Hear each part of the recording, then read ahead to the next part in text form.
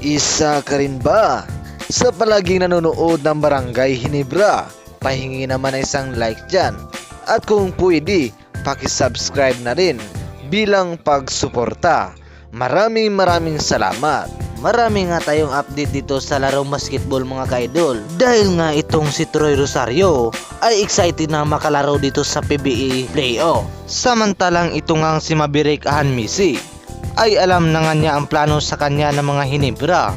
Pero hanggang sa ngayon ay hindi pa rin ito naglalaro sa kanyang kupunan.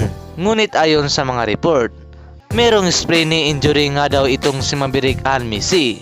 Kaya ito ang dahilan kaya hindi siya nakalaro sa Barangay Hinebra. Ngunit sa ilang linggong nakakalipas ay hindi pa rin nakarecover itong si Maverick Hanmisi sa kanyang natamong injury. Kaya naman maraming fans ng Hinebra ang nalulungkot dahil hindi nila gusto nga matrade itong si Maverick Hanmisi. Ayon nga sa mga balita, ini-expect nga sa PBA playoff itong si Maverick Hanmisi makapaglaro. At ito na lamang ating update ngayong araw mga kaibigan.